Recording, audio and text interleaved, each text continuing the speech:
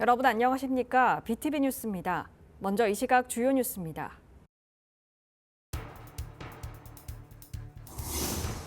우리 손으로 300명의 일꾼을 뽑는 4.10 총선, 교사와 학부모, 자영업자들이 바라는 제22대 국회의 모습을 들어봤습니다.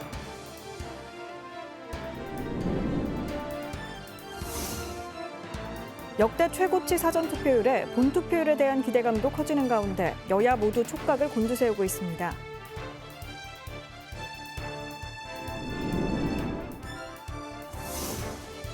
4.10 총선의 사전투표율이 역대 총선 가운데 최고치를 기록하면서 22대 국회에 거는 시민들의 기대도 커지고 있습니다.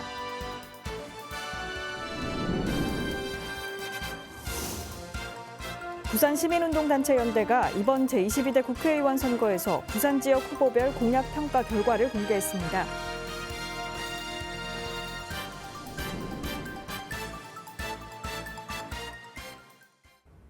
(4.10) 국회의원 선거에서는 우리 손으로 지역구 254명, 비례대표 46명 등 모두 300명의 일꾼이 선출되는데요. 유권자들이 바라는 22대 국회는 어떤 모습일까요? 교사와 학부모, 자영업자들의 이야기를 들어봤습니다. 박재한 기자입니다.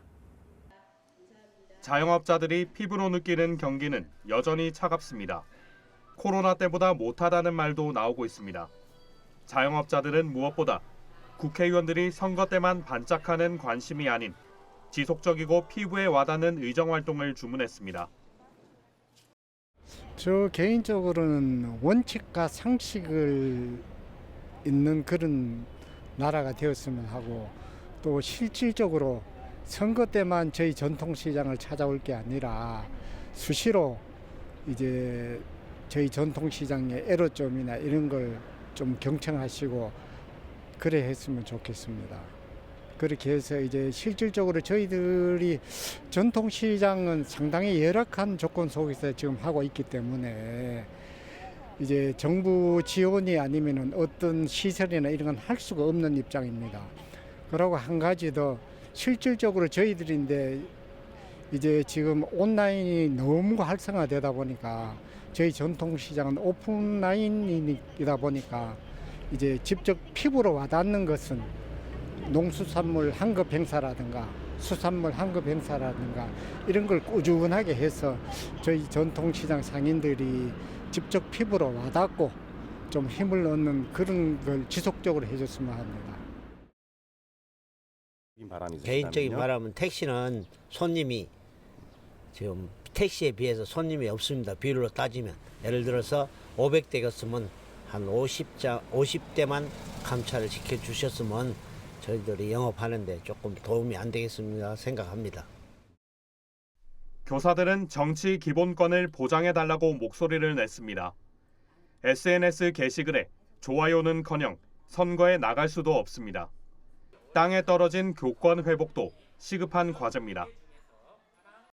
저희가 정치적인 기본권이 없다 보니까 여러모로 정치적인 상황에서 많이 소외받고 있는 상황인데, 교사들 또한 일반 국민으로서 똑같이 정치적인 기본권이 갖춰질 수 있도록 이번 국회에서 반드시 통과 주시기를 간절하게 부탁드리고 싶고, 여전히 지금까지 교권사법이 통과되었지만 의심만으로도 아무런 정황이 없지만 교사들이 아동학대로 몰리고 있는 상황은 여전히 존재하고 있습니다. 그렇기 때문에 학교에서 정규 교육과정이 이루어지는 시간 내에서 이루어지는 활동에 대해서는 그런 것들이 좀 배제될 수 있도록 아동학대 처벌법이나 아동복지법과 관련된 여러 가지 법들에 대해서 개정, 제정을 좀 해주시기를 간절한 마음으로 부탁드리겠습니다. 학부모들 사이에서는 교육 공약이 실종됐다는 목소리도 나옵니다. 22대 국회에서는 학생들이 겪고 있는 입시 경쟁으로 인한 고통 해소를 주문했습니다. 22대 국회의원들은 본인들의 권력, 이득을 위한 게 아니고 정말 이 주민들, 서민들, 그리고 제가 학부모니까 학생과 학부모들을 위해서 어떤 그런 우리나라의 미래를 위한 교육들을 고민하시는 분이었으면 좋겠어요. 사실 작년에도 교육과정 개정되면서 뭐 절대평가 도입 이런 게 이게 됐었었는데 갑자기 뒤집혀가지고 교육 정책이 엉망이 됐거든요. 그래서 아이들은 더 심한 지금 입시 경쟁에 내몰리게 되고 아시겠지만 거의 초등학교부터 그런 어떤 경쟁에 이렇게 휘말리는 그런 아이들, 지금 행복하지 않는 아이들이 미래도 행복할 수는 없지 않습니까? 그래서 우리 아이들이 행복할 수 있는 사회를 만들어주고 안전한 사회를 만들어주는 그런 국회의원 됐으면 좋겠습니다. 이번 선거에서는 지역구 254명, 비례대표 46명 등 300명의 국회의원이 선출됩니다. 임기는 5월 30일부터 2028년 5월 29일까지입니다. BTV 뉴스 박재한입니다.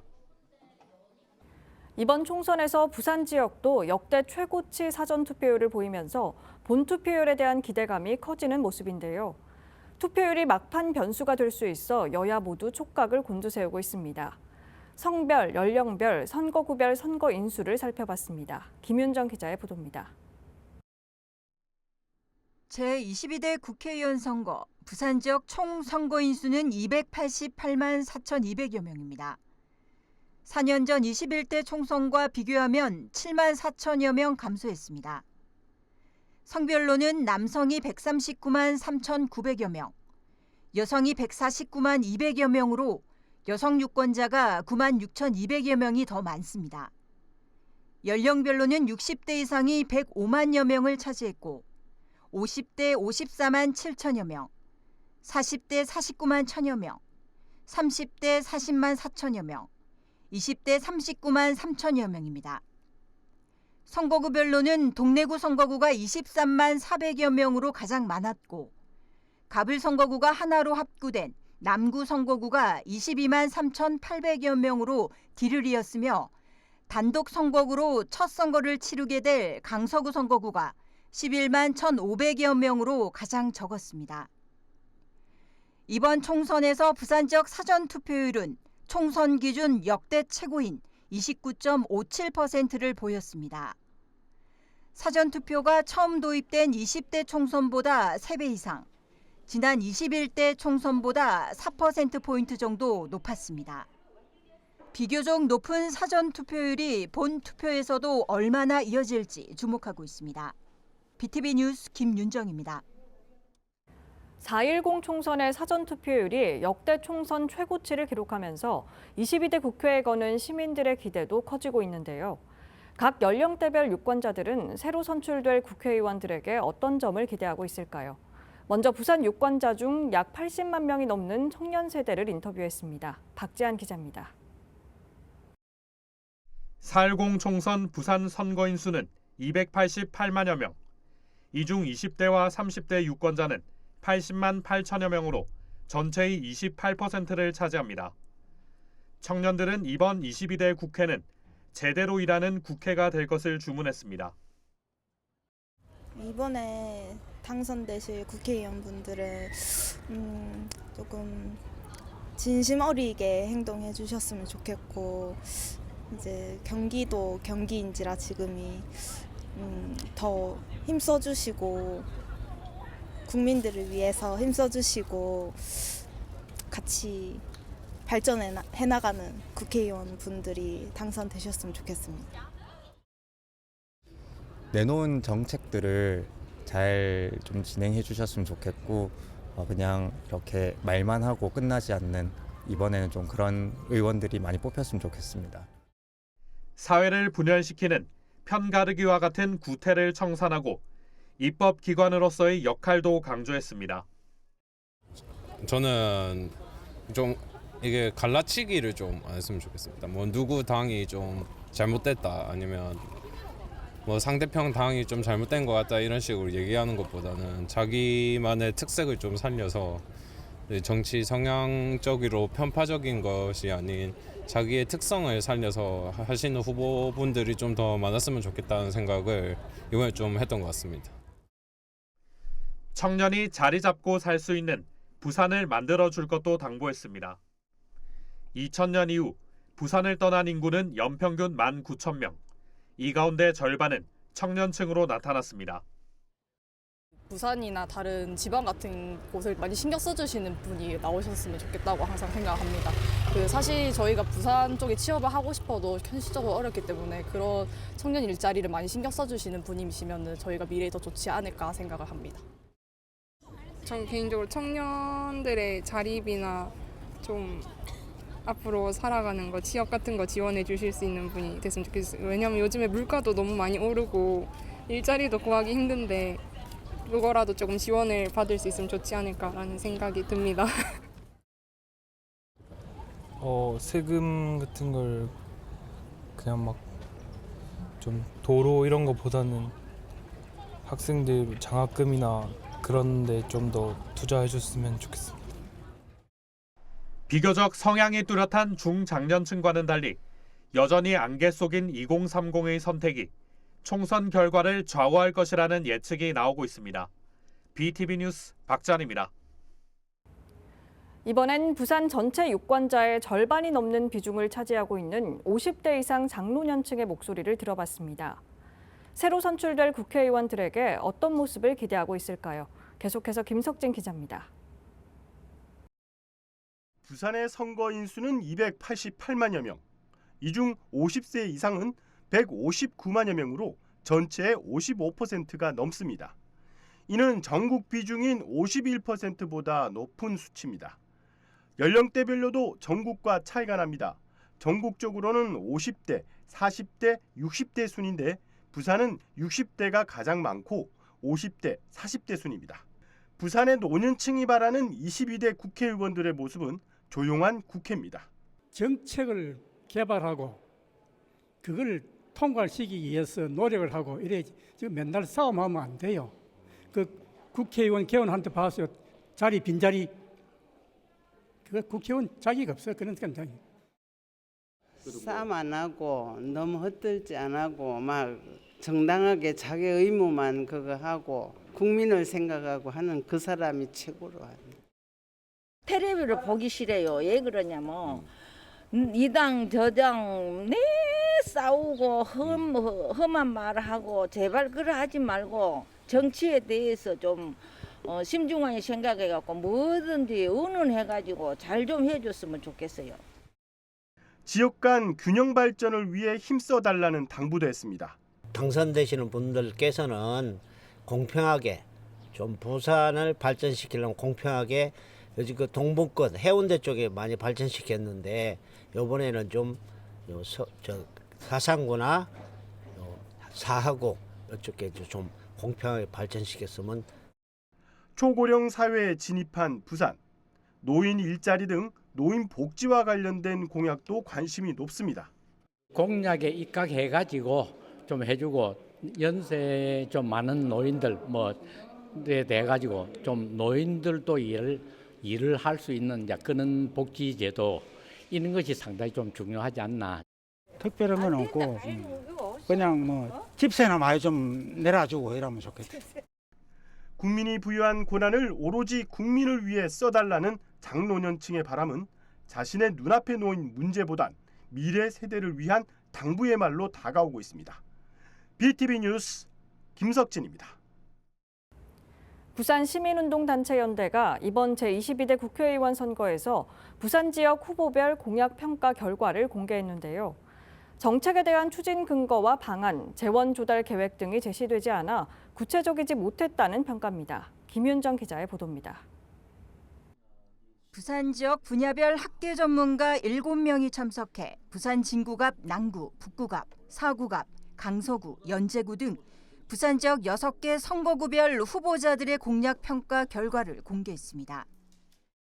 민주당이 현재 22대 국회의원이 있는 지역 중심과 그리고 이제 시당위원장들이 있는 지역을 중심으로 일단 6개 선거구별 후보들이 내놓은 공약은 총 81개. 이 중 여야를 막론하고 다수 후보자들이 쏟아낸 도시철도 등 교통 관련 개발 공약은 무려 15개입니다. 문제는 국회의원 임기 내 추진이 어렵거나 실현 가능성이 낮다는 점입니다. 도시철도라든가 이제 교통 문제에 대한 건설에 대한 이런 부분들의 공약들이 좀 여전히 많다. 실질적으로 실현 가능성이라든가 많은 예산들이 투여되기 때문에 그런 부분에 대한 공약이 많고요. 또 또 기존 사업 나열이나 이미 여러 차례 언급됐던 공약들을 반복하면서 피로감마저 느낀다고 비판했습니다. 기존 해왔던 어떤 정책이나 이런 부분들이 있는데 그런 부분들을 뭐 조속히 추진한다라든가 앞당긴다 이런 공약들이 많은데 기본적으로 재원이라든가 계획, 구체적인 계획 이런 부분들이 좀 많이 녹여내 나 있지 않습니다. 그러다 보니까는 실질적으로 실현 가능성에 대한 우리 유권자를 봤을 때 과연 이 공약이 실현 가능하겠는가에 대한 아니면 말고식의 단순 구호성 공약 남발을 막기 위해선 임기 이후라도 공약 결과를 점검할 수 있도록 제도적 시스템이 구축돼야 한다고 지적했습니다.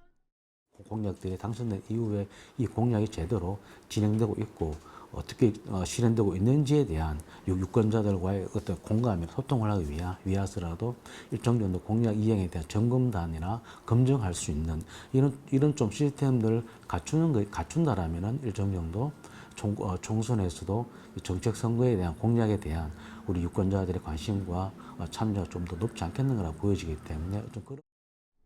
또 유권자들에게 제공되는 후보자 공보물에는 공약 실현을 위한 구체적 계획이나 재원 확보 방안이 없는 등 미흡한 점이 많았다고 평가했습니다.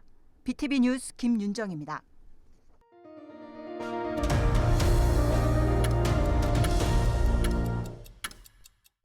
부산시 교육청은 오는 11일 오후 아시아드 시티 웨딩 컨벤션 제우스홀에서 우수교원 60명을 부산형 학업성취도 평가 연구지원단으로 위촉하고 활동을 시작합니다.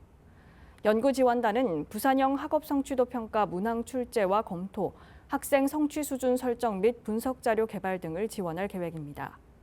시교육청은 올해부터 초등학교 3, 5, 6학년, 중학교 1, 3학년은 교육부 주관 맞춤형 학업성취도 자율평가를 실시하고 초등학교 4학년과 중학교 2학년 학생은 부산형 학업성취도 평가를 실시합니다.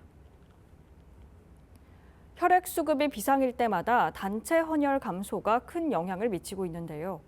코로나19가 종식되고 난 뒤 단체 헌혈도 서서히 회복세를 보이고 있습니다. 박철우 기자입니다. 단체 헌혈을 할 수 있는 헌혈 버스입니다. 이른 아침부터 소매를 걷어붙이고 마련된 간이 침대에 누워 헌혈에 동참합니다. 조금만 신경 쓰면 또 다른 사람을 도와줄 수 있으니까 그래서 이제 하게 됐죠. 한 종교단체에서 단체 헌혈에 나선 건데 500여 명이 이날 헌혈에 동참할 뜻을 밝혔습니다. 사람을 살리는, 생명 살리는 일이잖아요. 그래서 저희도 이제 조금이라도 동참할 수 있다라면 저도 하고 싶어가지고 동참했습니다. 이처럼 최근 헌혈 참여가 늘고 있지만 코로나19 발생 이전 수준은 아직입니다. 최근 3년간 단체 헌혈 추이를 보면 2022년 5,730명, 2023년 8,691명, 2024년 9,247명으로 늘어 코로나19 종식이 본격화된 2023년부터 단체 헌혈도 회복세를 보이고 있습니다. 코로나19가 종식되면서 단체 헌혈도 어느 정도 정상화되고 있습니다만 병원에서는 응급수술이나 중증 질환자 치료가 지속되고 있는 바 많은 분들이 헌혈에 참여해 주시기를 당부드립니다. 부산혈액원은 또 최근 특정 혈액형이 부족한 경우가 발생하고 있어 안정적인 혈액을 확보할 수 있게 다양한 연령대가 헌혈에 꾸준히 동참해 주길 바라고 있습니다. BTV 뉴스 박철우입니다. 올해 초 환경영향평가 통과로 2달 뒤 착공할 걸로 보였던 대저대교 건설 사업이 다시 중단 위기에 놓였습니다. 남아있던 문화재청 승인에 실패했기 때문인데요. 철새 대체 서식지 마련이 미흡하다는 이유입니다. 장동원 기자입니다. 사상구 삼락동에서 강서구 식만동을 연결하게 될 대저대교. 서부 상권 교통체증, 특히 한창 조성 중인 에코델타시티의 교통 수요를 감당하게 될 다리입니다. 오는 6월 착공을 앞두고 사업이 위기를 맞았습니다. 부산시가 문화재청에 제출한 문화재 보호구역 현상 변경 신청이 부결됐기 때문입니다. 대저대교 건설로 자연유산 보존에 나쁜 영향을 미칠 수 있어 철새 대체 서식지를 더욱 강화해 마련해야 한다는 게 문화재청 의견입니다. 대모잠자리라든지 맹꽁이라든지 다른 생물들이 서식지로 이용하는 데를 큰 고니가 이제 문제가 된다 그러니까 큰 고니 서식지로 바꾸겠다는 겁니다. 실질적인 대체실식지는 아니지. 환경부 환경영향평가가 얼마나 잘못됐는가 하는 걸 오히려 이 문화재청이 지금 부결시킴으로써 보여준. 2008년 시작된 대저대교 건설 사업은 2016년 부산시의 환경영향평가서 거질 부실 작성이 논란이 돼 7년 동안 표류했습니다. 올해 1월에는 대체 서식지를 마련하고 교량 높이를 낮추는 조건으로 환경영향평가를 통과했습니다. 문화재청 통과도 가능할 것으로 보고 6월 착공을 발표했지만 이번 부결로 사업이 중단된 겁니다. 부산시는 보강된 환경 보존 계획을 문화재청에 다시 신청해 올해 안에 착공되도록 한다는 입장입니다. 하지만 연내 착공이 이루어지지 않을 경우 목표했던 2029년 완공은 불가능할 것으로 보입니다. BTV 뉴스 장동원입니다. 서부산 창작 거점 공간인 사하구 홍티예술촌에서 입주작가 릴레이 전시회가 열리고 있습니다. 입주예술가에게는 전시 공간 지원이, 지역민들에게는 문화예술을 접할 수 있는 기회가 되고 있습니다. 박철우 기자입니다. 빗물이 빠져나가 홍수를 방지하는 목적으로 사용되는 우수관. 도시의 구석진 밑바닥에 위치해 존재감이 크진 않지만 효용성은 부정할 수 없다는 게 작가의 시각입니다. 제주 돌담을 모티브로 한 드로잉 작품도 관계를 통해 연결된 사회를 표현하려 했습니다. 관계들 사이가 이제 유착됐을 때, 그 경계를 잃어버렸을 때 얼마나 위험한지에 대해서 얘기하고 싶어서 이번 작업을 진행하게 됐습니다. 누군가 소유했지만 쓸모를 다해 떨어지거나 흩어져 있는 것을 재해석해 작품에 담았습니다. 작가는 할머니 집에서 발견한 물건에 자신이 전공한 동양화를 더해 완성도를 높였습니다. 할머니 집에서 발견한 물건과 식물들을 탁본으로 선보이고 있는데요. 할머니가 사용하던 물건, 꽃, 사군자를 통해 주인의 부재로 필요 없어진 것과 할머니에 대한 기억을 줍고자 했습니다.